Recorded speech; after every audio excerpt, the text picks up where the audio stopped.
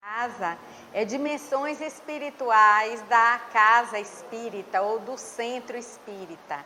Nós temos um livro de Sueli Caldas Schubert que trata desse assunto. Sueli é uma trabalhadora médium da doutrina espírita e ela vem nos trazer várias coisas a respeito do centro espírita, né? O centro espírita, que é essa casa que acolhe a nós espíritas, que é o Consolador prometido por Jesus. Certa vez Jesus estava com Felipe e Tomé, e Jesus falava que há muitas moradas na casa do Pai, que era preciso que ele fosse para que arrumasse o lugar para que os outros fossem depois, mas que eles, os apóstolos, sabiam o caminho. E aí Tomé diz assim: eu não sei nem para onde você vai, Jesus. Como é que eu sei o caminho?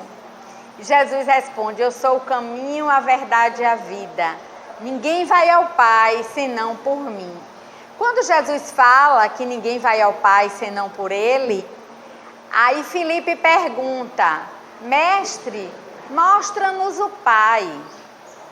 E aí Jesus responde: mas eu estou com vocês há tanto tempo, mostrando as obras de meu Pai, falando sobre meu Pai, e você ainda quer ver o Pai? Eu e o Pai somos um.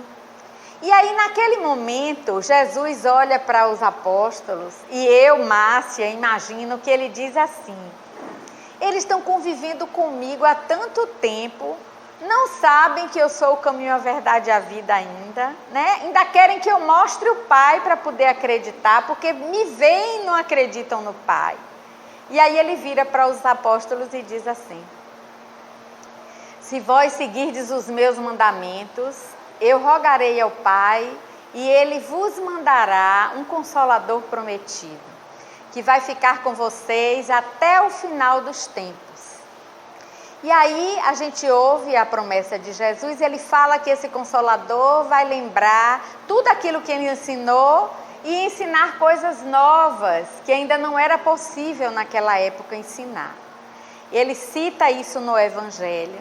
E depois, no ano de 1856, no mês de março, Allan Kardec está em sua casa, já tinha tido contato a primeira vez com as mesas girantes, elaborando questões para ser feitas aos espíritos, no intuito de fazer o livro dos espíritos.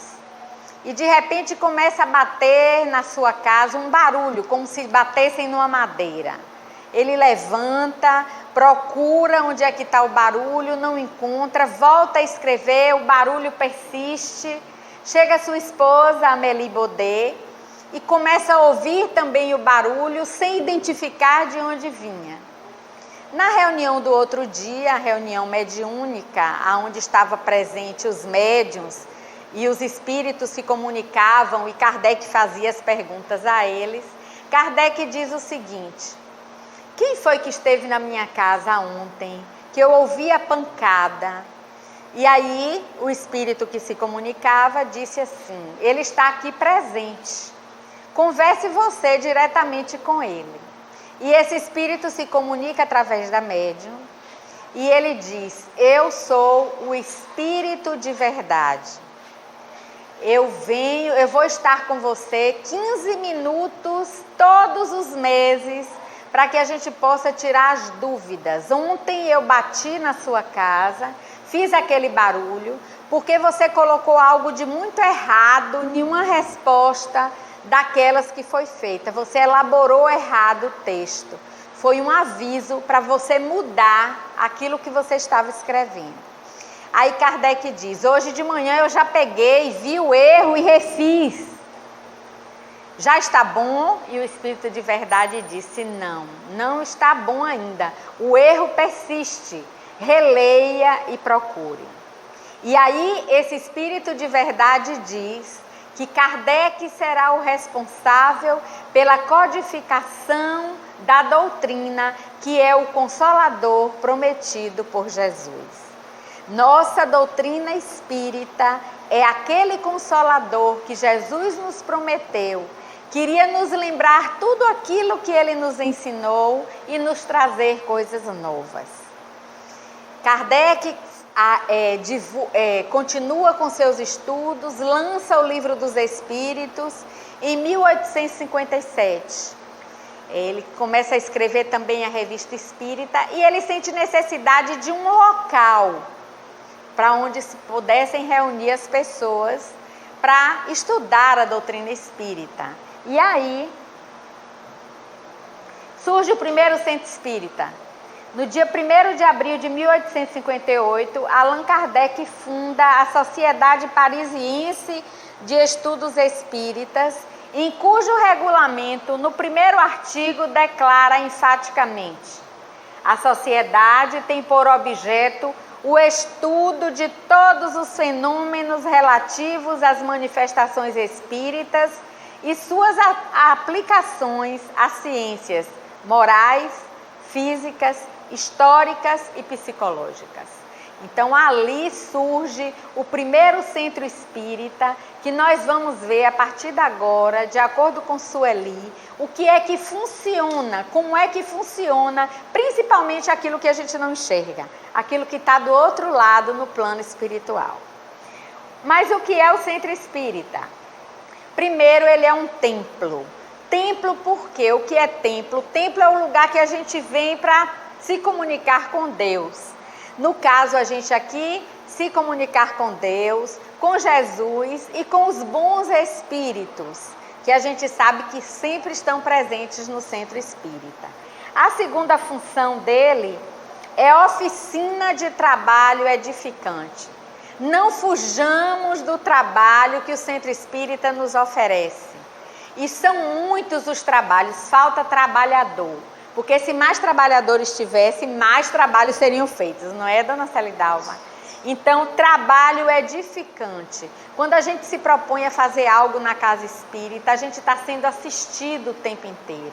Desde colocar a água nos copinhos, a varrer, a trabalho de assistência social, tudo a espiritualidade está assistindo e nós estamos tendo a oportunidade de trocar essas energias com esses desencarnados que aqui trabalham.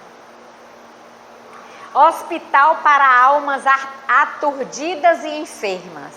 E esse hospital, tanto para encarnados quanto para desencarnados.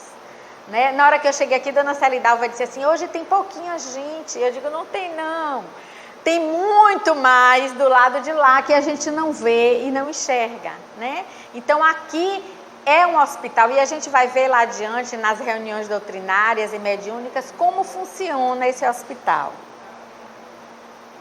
Escola de educação integral, porque a gente se educa moralmente, né? A doutrina espírita nos ensina as leis morais, como a gente deve agir na nossa vida, no nosso dia a dia. Então é uma escola em que a gente está sempre aprendendo a ser melhor a cada dia. Lar que propicia a legítima fraternidade. E isso aqui para mim é o mais difícil. Porque nós somos tão imperfeitos que às vezes vimos para o centro para brigar com um, para brigar com o outro, cheio de melindre. Se alguém fala alguma coisa, a gente se ressente. Quando na verdade deveria ser um lugar que a gente vivesse em constante fraternidade, um apoiando o outro como irmãos que somos. Afinal de contas, a gente está dentro de um templo, né? E Jesus nos ensinou isso, o amor ao próximo. Mas infelizmente ainda existe muita picuinha que a gente poderia deixar para lá. Mas aqui em Santos teve não, é fora daqui, né? É isso mesmo. Como é que surge um centro espírita? Olha o que Sueli fala.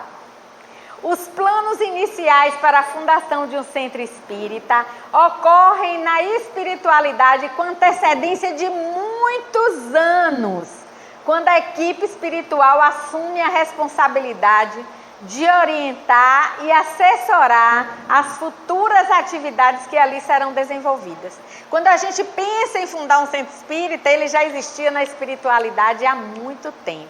E ela continua dizendo o seguinte, que as pessoas que vão trabalhar no centro antes de reencarnarem, elas são chamadas lá, vai se olhar o histórico das reencarnações, o plano kármico que ela tem, o que ela precisa fazer aqui, e já se estipula, olha, você vai trabalhar em tal centro. A gente não está aqui à toa. Nós, trabalhadores, eu fui para lá por acaso. Não é por acaso, não existe por acaso. Nós somos convocados pela espiritualidade para trabalharmos aqui, né? Às vezes a gente escolhe o nome de um centro, o nome de um mentor. Não é o caso daqui, mas, por exemplo, o Emmanuel lá em Feira, né? E quando a gente chama por esse mentor e coloca o nome da casa, aí auxiliares desse mentor vêm para auxiliar na casa. Quando é uma casa como aqui, Luz e Fraternidade, que não tem o nome de um mentor, existem aqueles mentores responsáveis por esta casa também. Nenhum centro é fundado sem ter aquele responsável espiritual que cuida, como se fosse o governante do centro espírita. Agora a gente vai falar um pouquinho dessa reunião de hoje aqui, dessa doutrinária, que é essa reunião aberta ao público, em que existem palestras, trabalhos. O que é que acontece nessa reunião doutrinária? Este recinto recebe da espiritualidade o cuidado compatível com a importância das tarefas ali desenvolvidas. A gente vai ver o tempo todo isso, gente. Porque a gente viu que o centro espírita é um hospital, mas ele pode ser um pronto-socorro, ele pode ser um posto de saúde, ele pode ser um grande hospital. E isso vai depender de quê? Basicamente do que a gente está tratando aqui dentro, do nosso comportamento, da nossa moralidade, das nossas intenções.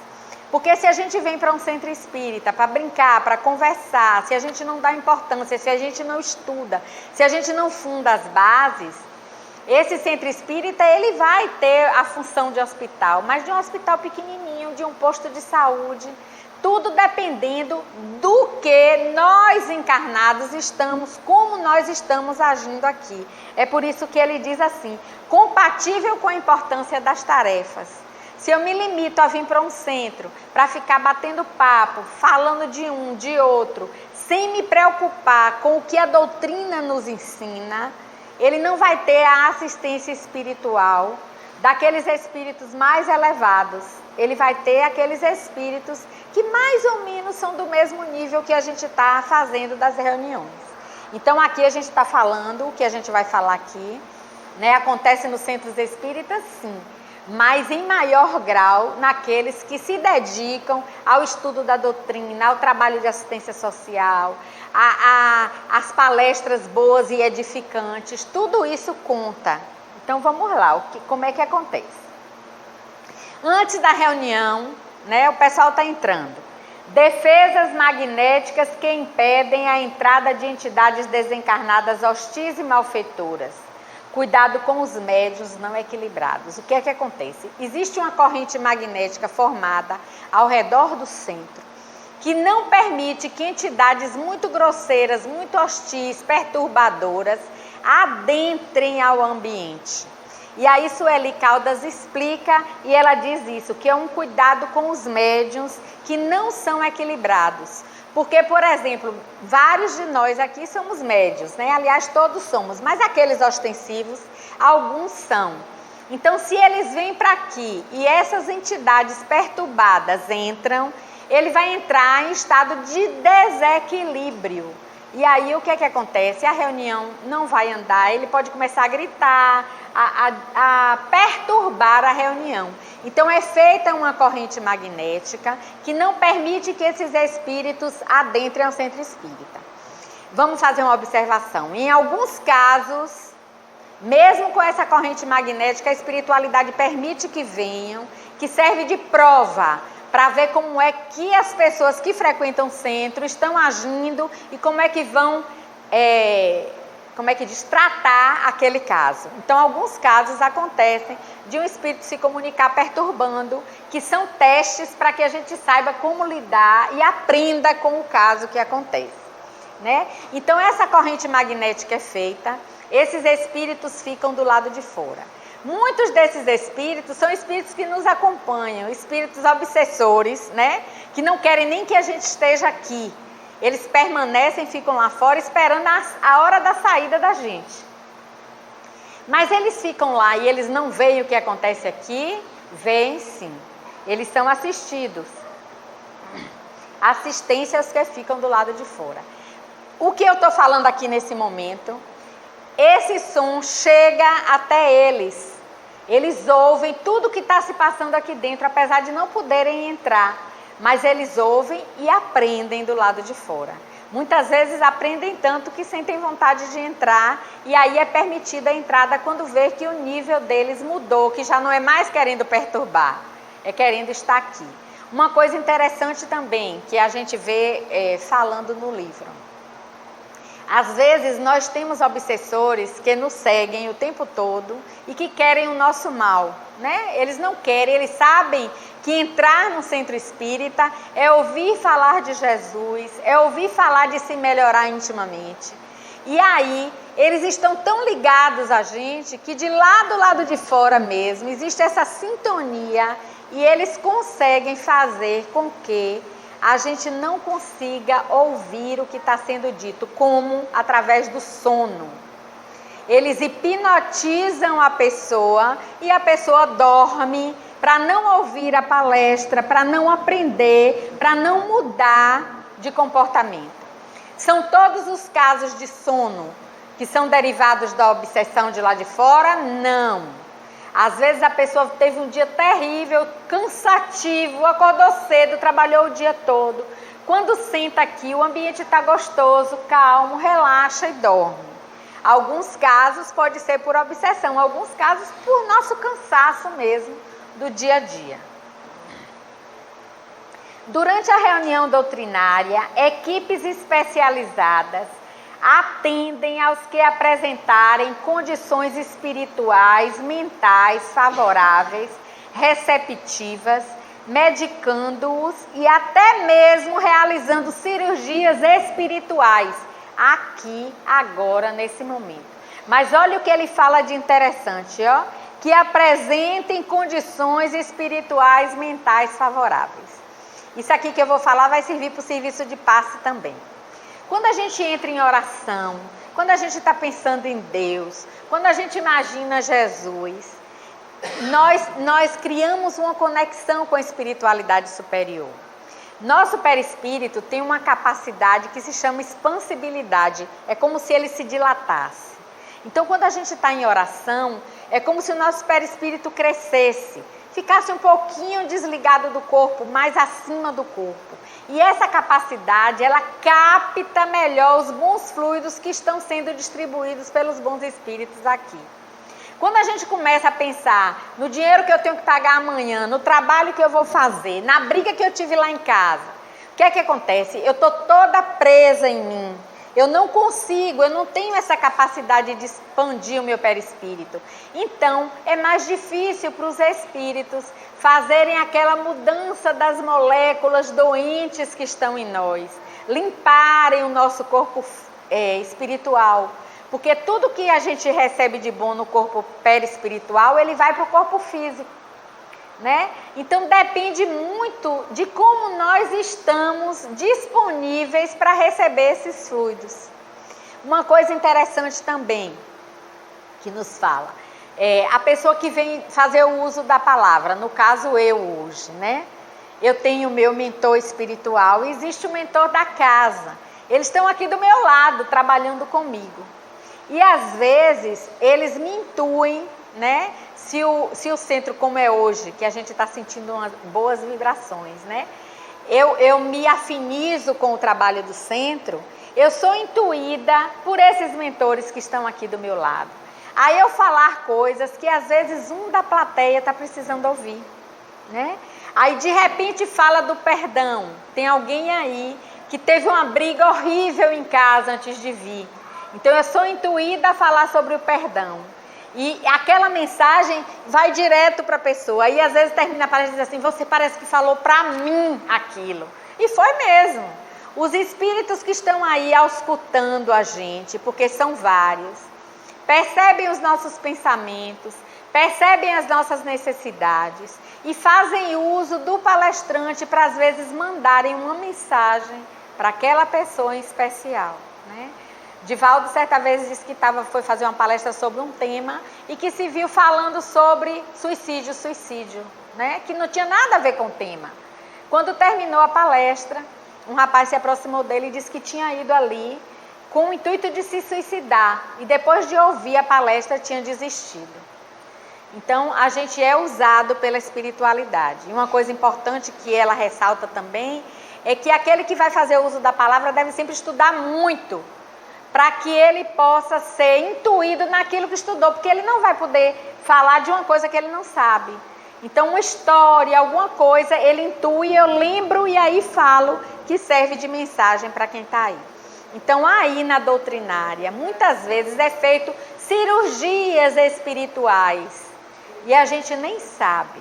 A gente vem carregado de mágoa, de rancor, com aquela nuvem escura no coração, para ter um infarto, um derrame, alguma coisa. E aí chega aqui, se tranquiliza, os espíritos tiram aqueles fluidos ruins através do passe, ou mesmo aí sentados, né? E a gente sai melhor e nem percebe o que aconteceu. Formação de painéis fluídicos, isso aí é fantástico. Se eu estivesse hoje falando de Jesus, meu tema hoje não foi Jesus, eu fiquei com pena, mas já botei Jesus no início. Mas se eu estivesse falando de Jesus, né? Os espíritos, porque aqui o centro espírita funciona, e a gente vai ver lá na mediúnica, fala disso, né? Não são só nós que estamos aqui, existem os espíritos desencarnados que participam da reunião e assistem. Por exemplo, se eu estivesse falando de Jesus agora, né? E falasse do Sermão da Montanha, existe uma tela que a gente não vê, como esse data show está aqui, existe uma tela também para os espíritos desencarnados. E quando eu começasse a falar de Jesus, ia aparecer para eles a imagem de Jesus, daquele momento que eu estou falando, do Sermão da Montanha. Então, Jesus ia aparecer na montanha, no sermão, fazendo aquele sermão do monte. Os espíritos enxergam isso. E uma coisa que eu achei fantástica, eu já tinha lido esse livro e eu não tinha percebido esse detalhe. E quando eu fui reler, eu percebi o detalhe. Porque eu dizia assim, meu Deus, então os espíritos vão ver Jesus como Jesus era quando ele esteve aqui. E não é. Diz assim, cada um enxerga Jesus com a imagem que tem de Jesus dentro de si. A espiritualidade é fantástica, né? É lá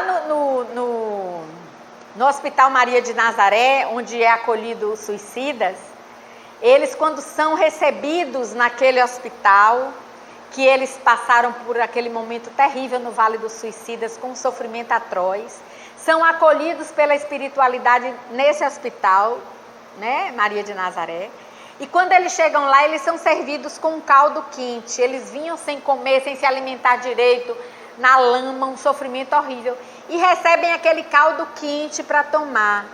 E tem um detalhe, eles sentem o gosto da comida que mais gostam quando são acolhidos no hospital. É igual a ver Jesus aqui. A gente enxerga como a gente tem a imagem de Jesus dentro da gente. Que coisa linda. Cada um enxerga com a sua imagem de Jesus. Então, imaginem, né? A pessoa falando e a proporção que vai falando, eles vão vendo na tela aquilo que está sendo dito. Vamos agora para o passe. O passe, que a gente está acostumado a tomar, né? Nos livros espíritas, André Luiz fala muito do passe. E ele fala da questão de que aquele que vai doar o passe deve, se puder, não comer carne no dia, evitar os maus pensamentos, vir para cá em harmonia, para que ele seja o receptor das energias, parte que vem da espiritualidade, parte que vem dele, na doação desses fluidos. A gente sabe também que durante o passe, como eu falei antes, a gente recebe a quantidade de fluidos de acordo com o que a gente está pensando naquele momento. Quanto mais eu penso no bem, eu penso em Jesus, eu penso em coisas boas, mais eu vou receber fluidos positivos, né? Quanto mais a pessoa, o doador e o receptor estão conectados com a espiritualidade, melhor será aquele passe. Mas André Luiz diz algo muito interessante no livro Missionários da Luz. Em todo lugar onde haja merecimento nos que sofrem e boa vontade nos que auxiliam, podemos ministrar o benefício espiritual com relativa eficiência. Todos os enfermos podem procurar a saúde. Todos os desviados, quando desejam, retornam ao equilíbrio. Se a prática do bem estivesse circunscrita aos espíritos completamente bons, seria impossível a redenção humana. Qualquer cota de boa vontade e espírito de serviço recebe de nossa parte a melhor atenção. Então, mesmo que aquele passista ele não tenha feito todos os requisitos necessários para que ele doe o melhor possível, se ele tiver bondade, se ele tiver fraternidade, se ele tiver amor no coração, se ele tiver vontade de doar algo, a espiritualidade vai agir para que aquela pessoa receba bons fluidos. Quanto mais o passista se preparar e o que vai receber se preparar também, maior será essa doação de fluidos. Mas ela sempre existirá se existir merecimento daquele que vai receber e se tiver boa vontade daquele que vai doar. Isso serve para a gente também, gente, pensar nos nossos filhos. Nós podemos dar o passe aos nossos filhos. Por quê? Porque a gente vai estar ali cheio de amor, de boa vontade, na nossa casa. Ele está lá dormindo, é um filho rebelde.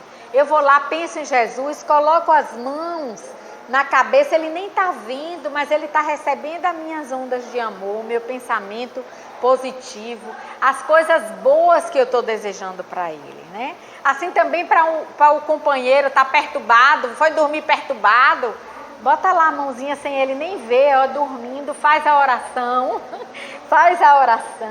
né? Que a gente está doando, está pedindo a Deus, a gente vai ser assistido também nesse lugar.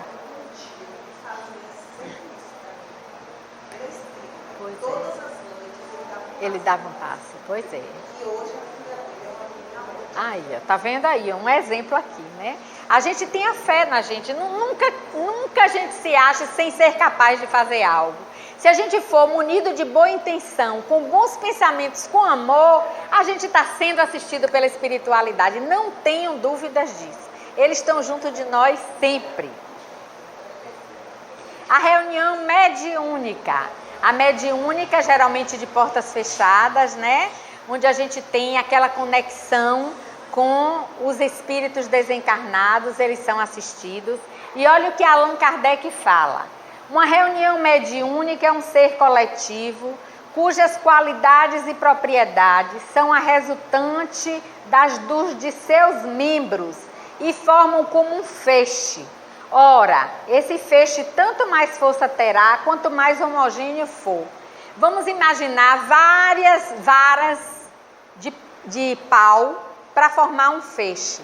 Se a gente tem uma vara comprida, a gente tem uma vara pequenininha, a gente tem uma vara grossa, a gente tem uma vara fina, esse feixe, ele não vai ser homogêneo. Mas se a gente tem as varas do mesmo tamanho, da mesma grossura, juntos, ele vai formar um feixe coeso e forte e firme. Então, isso que ele fala de homogeneidade é o pensamento que a gente leva, é a nossa vontade de se melhorar moralmente. Quando a gente tem um grupo mediúnico em que as pessoas se gostam, se tratam como irmãos, tem a vontade dentro deles de se melhorar, de aprender a doutrina espírita, de se transformar, se torna um grupo coeso, forte, homogêneo. Quanto mais homogêneo, mais o bom trabalho será feito nessa reunião mediúnica. A sala mediúnica, no outro plano, apresenta-se adimensional, sem dimensão, já que se amplia de acordo com a necessidade, permitindo abrigar um número muito grande de desencarnados que são trazidos para tratamento, para esclarecimento e para aprendizagem. Então a gente tem uma sala pequenininha e é como um anfiteatro, ele se abre. Imagine um estádio de futebol, não tem várias arquibancadas E ele diz que ela cresce à proporção que vai chegando espírito. Ela não tem um tamanho definido, né? Então, isso acontece na doutrinária também, gente. Aquela arquibancada se forma de espíritos que estão ali em busca de esclarecimento, em busca de um socorro, em busca de ajuda. Muitas vezes macas são trazidas com esses espíritos que estão ali para serem assistidos, que necessitam da presença dos encarnados para isso. Porque a gente sabe que alguns espíritos, eles estão tão materializados, tão presos ao físico, à matéria, que eles precisam do encarnado para ouvir, para sentir, para que seja aconselhado. Eles precisam dessa animalidade nossa. Então, eles são trazidos para a reunião mediúnica para isso, para ter o que é chamado de choque anímico, né? Eles precisam perceber e ouvir por quem está encarnado, porque eles não percebem os desencarnados. Então, são trazidos para a reunião mediúnica. Os mentores providenciam a comunicação de desafetos e promovem o comparecimento de familiares desencarnados dos componentes encarnados. Na reunião mediúnica, dá-se o socorro àqueles espíritos que a gente não conhece, mas também a espiritualidade traz, algumas vezes, inimigos nossos que estão desencarnados, né? Os nossos desafetos, que se comunicam e aí têm a oportunidade de serem instruídos. Trazem, às vezes, também familiares nossos que já estão do outro lado, né? Porque, na verdade, a reunião mediúnica, ela serve muito de aprendizado também. Porque o médium ou aquele encarnado que participa tem a chance de ver comunicações em que ele aprende, ele sabe como é do lado de lá, ele percebe o sofrimento que o espírito se apresenta e aquilo serve de ensinamento para ele dizer assim, eu não vou cometer esse erro, porque eu não quero ter esse sofrimento que esse espírito está tendo, né? De ver espíritos apegados à matéria, espíritos que fizeram muita maldade, ver o estado de sofrimento que se apresentam, serve para a gente dizer assim, eu não quero esse caminho, eu vou seguir outro caminho. Se o grupo empenha-se em servir desinteressadamente dentro do Evangelho do Cristo, escorado na doutrina espírita, disposto a amar incondicionalmente, terá como apoio e sustentação uma equipe correspondente de companheiros desencarnados, do mais elevado padrão espiritual, verdadeiros técnicos da difícil ciência da alma. Olha o que eu falei aqui, né?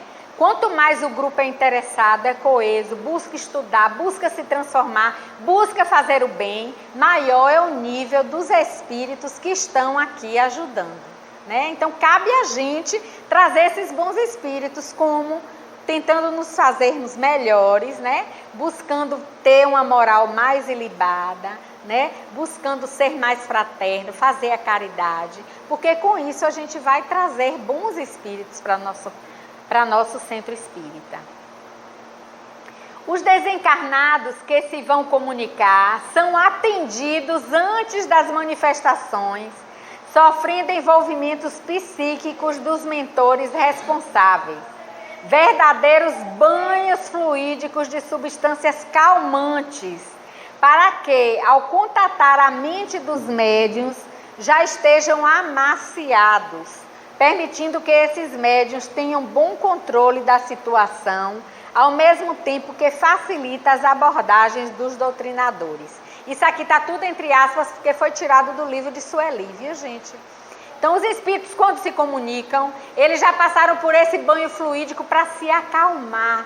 Porque às vezes vem espíritos rebeldes demais, sofredores demais. Eles, às vezes, ainda existem na reunião mediúnica, né, dona Celidalva? Vem uns grosseiros, briga, grita, né? Malcriados. Mas imagine, eles ali já estão amaciados, né? Eles já passaram por esse banho fluídico para não vir com toda a agressividade que estão lá. Aqui é um aparelhozinho, eu não sei se vocês já ouviram falar, o psicoscópio, que é usado nas reuniões mediúnicas. É um aparelho que destina-se à auscultação da alma. Os espíritos utilizam esse aparelho.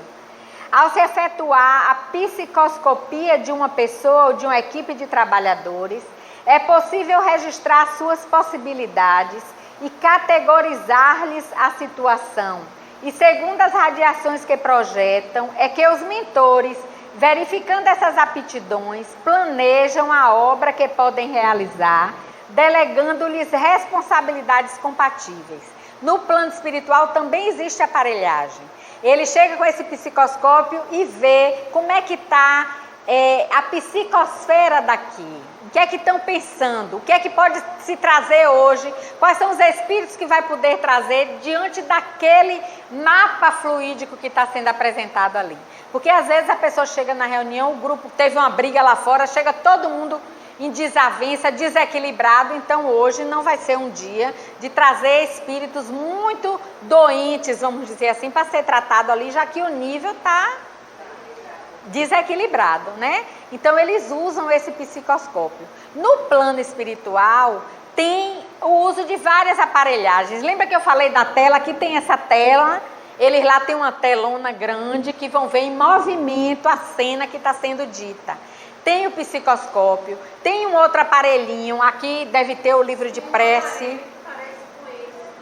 Eu já vi um espírito coordenando, Sim. mostrava assim como se estivesse mostrando, tá vendo aqui o que ela pegava assim, Isso aí já é outra coisa, eu vou falar na estante.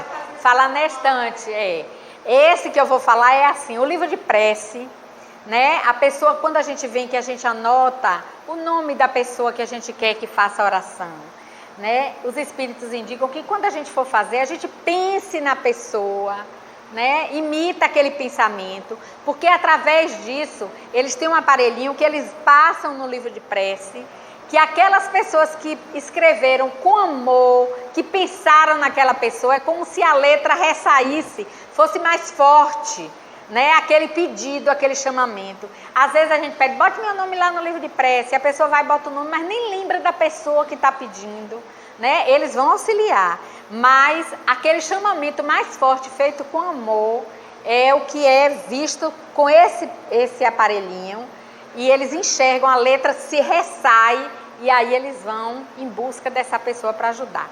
Isso aí que ela falou, acontece o seguinte, é como se houvesse um depósito de nossos fluidos, né? São guardados, vamos dizer assim, tanto os encarnados como dos desencarnados. E a partir desses fluidos, eles podem construir telas mentais do que se está pensando para auxiliar aquela pessoa. Então, por exemplo, tem um caso interessante no livro. Tinha um espírito que ele tinha sofrido muito com algo que uma pessoa fez com ele em outra encarnação há séculos atrás, né? Ele tinha sofrido terrivelmente e ele ficou gravado na mente aquela pessoa que fez aquele mal naquela época. Tinha uma foto dela num quadro bem grande, ele tinha aquela foto, ele não tirava da mente aquela foto daquela pessoa que ele fez o mal, e a pessoa estava reencarnada, ele estava num processo de obsessão muito grande com essa pessoa, lembrando sempre daquele fato e rememorando aquele quadro daquela época. Ele foi trabalhado numa sala, num trabalho de desobsessão, e esse espírito veio, e através dessa vamos dizer assim, essa recepção de fluidos, foi feito na tela mental, criou-se para ele aquele quadro que ele via, junto daquele lugar onde ele estava, ele enxergou perfeitamente, olha aqui, ó, o quadro da época, tudo daquela época, e ele voltou àquela época, e lá conseguiu-se que fosse pedido perdão para ele do que tinha sido feito, o espírito encarnado, né, pediu perdão, falou que aquela vingança não se levava a nada. E a proporção que foi se conversando com o espírito, ele veio umas 3 vezes e se comunicou, ele foi mudando, e aí o que é que fizeram? Aquela formação que ele tinha na mente toda apareceu para ele e foi virando pó, aquele quadro com aquelas imagens que ele tinha guardado durante séculos na sua mente, foi se desfazendo diante dos olhos dele, e ele foi diminuindo o rancor e conseguiu se fazer o desligamento daquele processo obsessivo que já permanecia por muitos anos. Então por exemplo, Um espírito se comunica se sentindo com sede. Aí aquele que está atendendo diz assim, tome um copo de água. Aquela imagem do copo de água aparece para ele, feita com esses fluidos que são doados tanto pelos espíritos encarnados como pelos desencarnados. Deve ter sido o caso que você está contando aí. Essas formações, certo? Orientação à assistência e promoção social espírita. Toda casa espírita deve ter um trabalho de assistência social, de promoção social. Afinal, o nosso lema é fora da caridade não há salvação, né? É onde a gente se aprende a fazer pelo outro, é onde a gente cresce espiritualmente. E aí eu trouxe... Fale só um pedacinho acerca dos estudos que você acabou de dizer, que são feitos através desse processo, da necessidade da gente, da vigilância com relação aos estudos que a gente traz.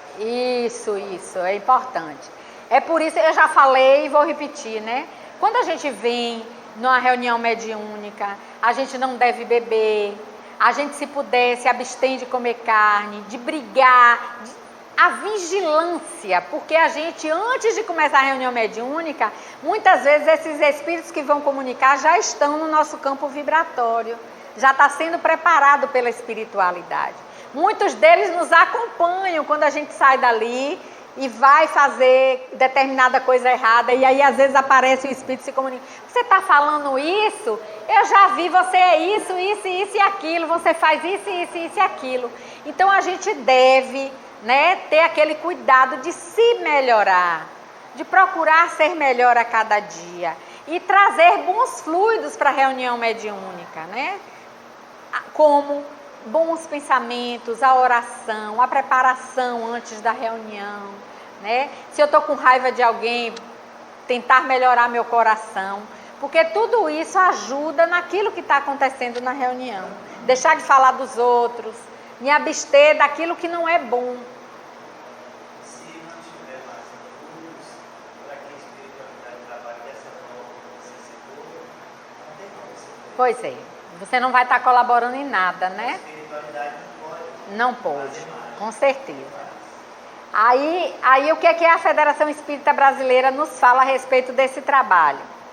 Atender as pessoas e as famílias em vulnerabilidade e risco social, que procuram o centro espírita ou que, por algum modo, possam ser abrangidas pela ação comunitária desenvolvida pela instituição, conjugando-se a ajuda material, o socorro espiritual e a orientação moral doutrinária, com vistas à sua promoção social e crescimento espiritual. Então a gente vai dar o material, mas sempre envolvido com uma orientação espiritual, né? Com uma questão moral, ensinar algo de moral. É sempre bom quando por exemplo, a gente tem um trabalho lá no Centro em Feira, que tem a distribuição da sopa e pão aos carentes. Mas antes de distribuir-se a sopa com o pão, a gente sempre fala de Jesus, a gente sempre fala do Espiritismo, a gente leva uma mensagem moral a eles. Tem o trabalho da gestante, né? Aí você leva a responsabilidade da mãe, que ali é um espírito reencarnante. Nunca dá sem ter o complemento espiritual. Na medida do possível, sempre dá essa complementação espiritual. não deixa de ser uma assistência. É uma e a maior de todas, né? A maior de todas, com certeza. Proporcionar ao frequentador do centro espírita a oportunidade de praticar a caridade pela vivência do Evangelho junto às pessoas e famílias em situação de vulnerabilidade e risco social. Então é a oportunidade que a gente tem de fazer algo pelo próximo, né? Dentro do centro, buscando aqueles que sofrem vulnerabilidade social, o centro deve proporcionar às pessoas esse trabalho.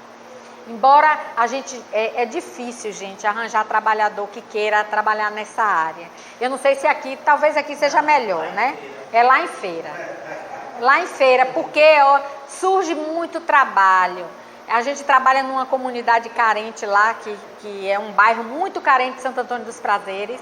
E aí a gente sente necessidade de trabalhador para aumentar o trabalho. Podia fazer muito mais.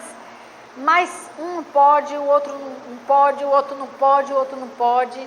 E aí o trabalho fica menor por conta de falta de trabalhadores. Nunca vamos negar trabalhar pelo Cristo, gente. A gente... O salário é bônus hora, é bônus hora.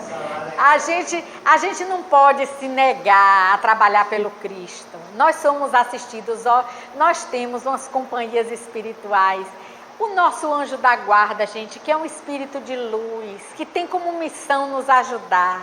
Eles ficam do lado da gente dizendo, vai, trabalha um pouquinho, vai, faz o bem, olha, perdoa, tá ali torcendo numa torcida, como o pai da gente torce pra gente crescer, muito mais do que isso, porque tem uns pais que nem torcem pra gente crescer, tem esse ciúme da gente, né? Não é? Pois é, e eles não, eles querem que a gente cresça, que a gente evolua, eles querem que a gente deixe de lado as coisas materiais e se preocupe com o que é importante, com o que a gente carrega, porque tudo que... Olha, eu li uma frase tão séria de Joana de Ângeles, que eu li 1000 vezes, que ela dizia assim, ó, que tudo que a gente perde não nos faz falta, porque não é nosso. Tudo que a gente perde não nos faz falta, porque não é... Eu digo, gente, Joana, se a gente perder uma casa numa enchente, não é minha casa, não é minha. Porque tudo que é de material não é nosso. Está lá no Evangelho, até o corpo, a gente larga. Pois é, não é nosso, não é nosso. É usufruto, a gente usa enquanto está aqui na terra, quando morrer fica. E o que é usufruto não é nosso, então não nos faz falta. Agora imagine, se a gente perder tudo que a gente tem, Joana diz que não faz falta, porque não é nosso. Nosso é o que a gente leva, é o que a gente leva. O que a gente leva? As boas ações, a sabedoria e a inteligência, é o que diz o Evangelho. Só. O resto fica morais, né? Isso não se perde, isso é nosso, a gente não perde de jeito nenhum. Isso é triste, né, gente? Mas é verdade. É verdade. Eu fiquei olhando essa frase para entender o que ela queria dizer. Não é nosso, não faz falta, né? Quem quiser que vá bulir no que a gente pensa que é nosso, para dizer se não faz falta. Desafios para o Centro Espírita no 3º milênio. Isso aqui é de Joana de Ângeles. Primeiro, espiritizar. O que é espiritizar? Amar a doutrina espírita, tendo-a como diretriz e referencial da vida. Gente, se a gente é espírita de verdade, a gente tem que amar a nossa doutrina. Amar, mas não é só dizer que ama, não. É fazer dela o nosso roteiro, a nossa direção, né? Eu vou pregar o espiritismo e não vou fazer o que o espiritismo me ensina? O que é isso? Eu tenho que fazer o que ele me ensina. Isso é espiritizar. Nós temos que nos espiritizar, né? Amar e seguir. Se eu amo é porque eu tenho que seguir aquilo que é dito. Não é falar bem do espiritismo e não seguir. Então eu não amo. Qualificar, aprofundar-se no conhecimento, empreendendo sua transformação moral, melhorando-se e aprimorando-se a cada dia. Vamos estudar. Raul Teixeira tem uma frase que ele fala que é maravilhosa. Ele diz que o conhecimento chega na nossa mente, né? Aí a gente estuda, porque espiritismo é estudar. No espiritismo sem estudo não vai para frente, gente. Tem que estudar. Então estuda, encheu a cabeça, quando enche para a cabeça vem para o coração. Aí a gente começa a amar, porque a gente entendeu, né? Entendeu, estudou, sabe? Consolador, não tem um nome mais lindo para o espiritismo do que Consolador Prometido. Porque ele consola, quando a gente estuda, que a gente entende, tudo o que acontece tem uma explicação, a gente entende. Aí vem para o coração, a gente começa a amar. Depois que a gente começa a amar, aí ó, desce para as mãos, caridade, fazer o bem. A gente já aprendeu, já amou, agora ó, distribuir para todos aqueles que estão ao nosso redor, aquilo que a gente já sabe da nossa doutrina. E o último, humanizar. Desenvolver o sentimento de humanidade, de solidariedade e caridade. Caridade como ação dinâmica transformadora. Nos fazer pessoas melhores para o próximo, né? Através da caridade, fazer o bem. Eu estou perdida no horário, não tenho noção. Um centro espírita bem orientado. Viu? Tá certo. Um centro espírita bem orientado, que segue no rumo da luz, proporciona aos seus trabalhadores e frequentadores um verdadeiro recanto de paz e renovação íntima. A sua ambiência espiritual é percebida por todos que ali encontram a harmonia vibratória que induz a calma e a paz. Isso aqui é o centro dos nossos sonhos. Mas quem é responsável para fazer o centro dos sonhos? Cada um de nós. A gente não pode dizer assim, ai meu Deus do céu, a vibração hoje do centro estava ruim, não tinha espírito nenhum bom lá. E a nossa vibração estava chamando os espíritos bons para cá? A gente é que chama, que convida, através dos nossos pensamentos, das nossas atitudes. Se a gente quer um centro assim, a gente tem que transformar primeiro a gente por dentro, para que a gente possa fazer com que os bons espíritos venham atuar aqui com a gente, porque ele precisa dos nossos fluidos. Quanto mais fluido bom a gente puder doar, mais vão ser assistidos espíritos aqui, mais vai se transformar no hospital, porque precisa dos nossos fluidos dos encarnados. Então a gente precisa aprender a dar a nossa parte para fazer daqui o centro que a gente quer. Eu soube que aqui teve psicografia, né? E aí eu trago um caso do livro que fala de uma reunião de psicografia de Chico Xavier. Imaginem, gente, o que era uma reunião com Chico.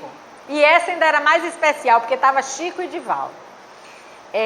A Sueli Caldas, ela disse que estava escrevendo um livro sobre Chico Xavier. Eu decorei o nome do livro e agora esqueci.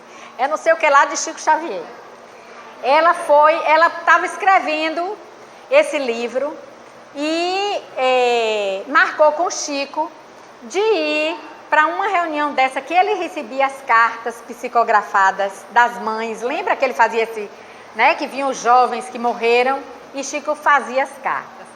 Então ela marcou com o Chico e disse, Chico, eu estou fazendo um livro sobre você, eu quero ir assistir essa reunião para embasar o meu livro, eu posso ir? Marcou com o Chico e disse, pode. Ela já estava há 3 meses escrevendo esse livro. E ela, médium, ela percebia que tinha 5 entidades que a acompanhavam, entidades trevosas, que tentavam de toda forma perturbar essa escrita. E aí ela marcou com o Chico e foi para essa reunião. A reunião, Chico escreveu cartas psicografadas de jovens que tinham morrido de acidente. Divaldo também recebeu uma mensagem de Tio Juca, um espírito baiano, de Joana de Ângeles e tudo. E aí, quando terminou essa reunião, ela fez o trabalho dela, tudo deu certo, né? Na questão da escrita lá, Chico aprovou o que ela tinha escrito, gostou, e ela fez um bocado de coisa mais no livro e tal. Ela voltou para a cidade dela. E quando ela foi no centro, houve uma reunião mediúnica desses espíritos, de um deles que era o chefe, que ela percebeu que estava acompanhando ela para onde ela ia e perturbando o trabalho. Ele se comunicou na reunião mediúnica. Mas ela sentiu que estava diferente a vibração dele de todos esses dias que ele vinha perturbando ela do lado dela. E ele disse assim, eu venho aqui porque eu preciso lhe contar o que aconteceu.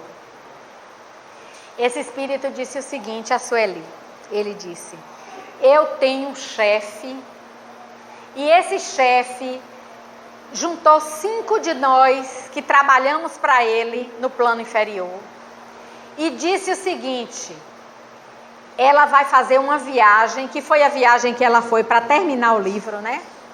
Ela vai fazer uma viagem e essa viagem não pode acontecer. Perturbem, desarmem, façam arruaça, o que vocês quiserem, mas ela não vai poder ir a essa viagem, fazer o que ela tem que fazer. Eles não sabiam o que se tratava, do que era. Sabia que ela ia para uma viagem, que eles tinham, esses 5 espíritos, que fazerem de tudo para que ela não chegasse ao destino e que não fizessem o que teria que ser feito lá. E ele disse, nós fizemos de tudo. Mas parece que por mais que a gente tentasse atrapalhar, existia uma turma que era mais forte do que a gente, que consertava o que a gente fazia de errado.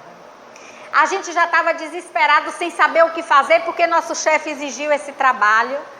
E aonde você ia, nós íamos atrás e tentávamos de todas as formas atrapalhar o seu trabalho. Até que um dia você viajou e você chegou num lugar, um lugar pequeno. Era uma casa pequena, mas existia uma luz tão grande saindo daquela casa que a gente não entendia o que era aquela luz. E nós não pudemos entrar. Nós ficamos do lado de fora.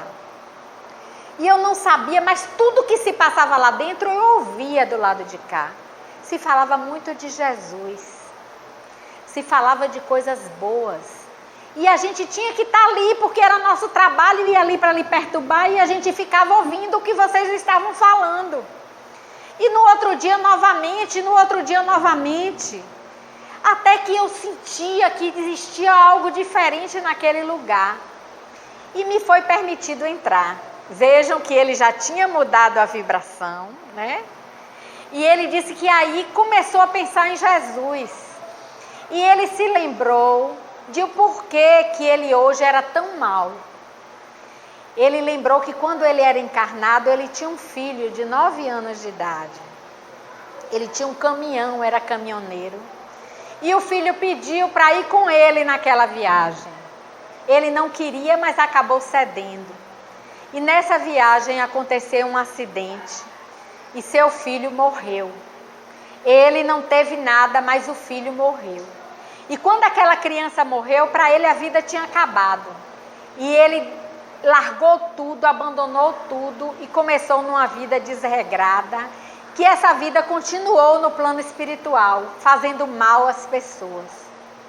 E ele lembrou daquele filho e ele começou a perceber que naquela reunião existia uma fila de espíritos como ele, de jovens, que vinham e procuravam um senhor velhinho que estava ali e que ele fazia cartas. E aquelas cartas eram entregues àquelas mães, àqueles pais que estavam na reunião. E que as mães choravam e tinham notícias de seus filhos que tinham morrido. E ele começou a pensar, meu filho morreu como eu. E eu nunca tive notícia de meu filho. Eu nunca soube onde meu filho estava. Será que esse velhinho não pode dar notícia do meu filho? E aí ele começou a pensar em Jesus. E ele disse, Jesus, me dê notícia de meu filho. Me ajude. E quando ele fazia essa oração pela primeira vez, chegou um espírito junto dele e disse, venha para essa fila. E existia outra fila no centro. A fila dos espíritos que estavam ali para se comunicar através de Chico Xavier e outra fila de outros espíritos com um outro espírito que também fazia cartas. E ele ficou na fila de cá enquanto Chico psicografava as filas de lá. E ao chegar junto daquele outro espírito, ele disse, me dê notícias de meu filho. Eu nunca tive notícias dele. E o médium, espírito, começou a escrever uma carta e entregou a carta a ele. E na carta o menino dizia detalhes da sua infância, lembrava da casa, da mãe, do pai. E no fim dizia assim, pai, eu estou tão perto de você, mas você não pode me ver porque você só pensa no mal. Mude a sua vida, pai, para que a gente possa ficar juntos. E aquele espírito, depois daquela carta, voltou para ser uma nova pessoa. pediu a oportunidade de se comunicar naquela reunião mediúnica para dizer a Sueli, que ela dissesse a todos que do lado de lá existe vida, que a vida continua e que a gente vai colher aquilo que a gente planta. Então que a gente plante amor, que a gente plante caridade, que a gente plante a confiança no outro, que a gente não perca a oportunidade de ser espírita e de fazer o bem.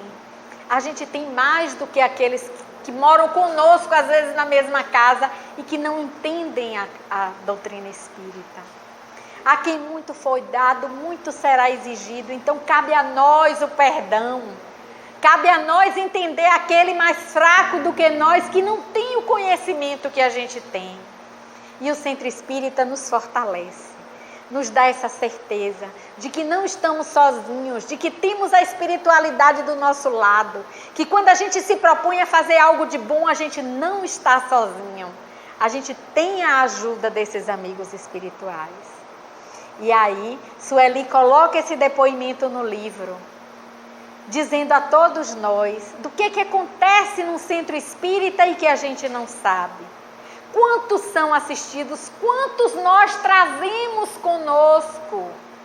Tem um caso interessante que não é nesse livro, que a pessoa desencarnou e que ficou perturbada sem saber, porque muitas vezes a gente desencarna e acha que continua vivo.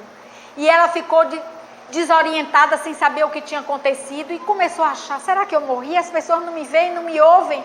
Lembrou que tinha um amigo que era espírita. Foi para a casa desse amigo, e naquele dia, aquele amigo vinha ao centro espírita, ela acompanhou, não sabia onde era o centro, mas sabia que ele era espírita. E aí veio junto do amigo para o centro espírita, e quando chegou aqui foi socorrida, acolhida, levada para um tratamento espiritual. Às vezes nós ajudamos sem nem saber. Como é bom a gente vir para aqui, gente. Como nós somos assistidos, como nós somos ajudados e não percebemos. Mas cabe a gente entrar aqui com o pensamento em Deus, em coisas boas, manter a nossa mente elevada para que essa espiritualidade que nos ama e que quer o nosso bem, possa estar do nosso lado, nos ajudando e nos orientando. Estamos no templo para se encontrar com Jesus, estamos na escola para aprender, no hospital para sermos tratados. Mas é preciso que a gente se abra para isso e que permita que esses espíritos que querem o nosso bem nos ajudem. Que Jesus nos abençoe, nos guarde, nos ilumine hoje e sempre.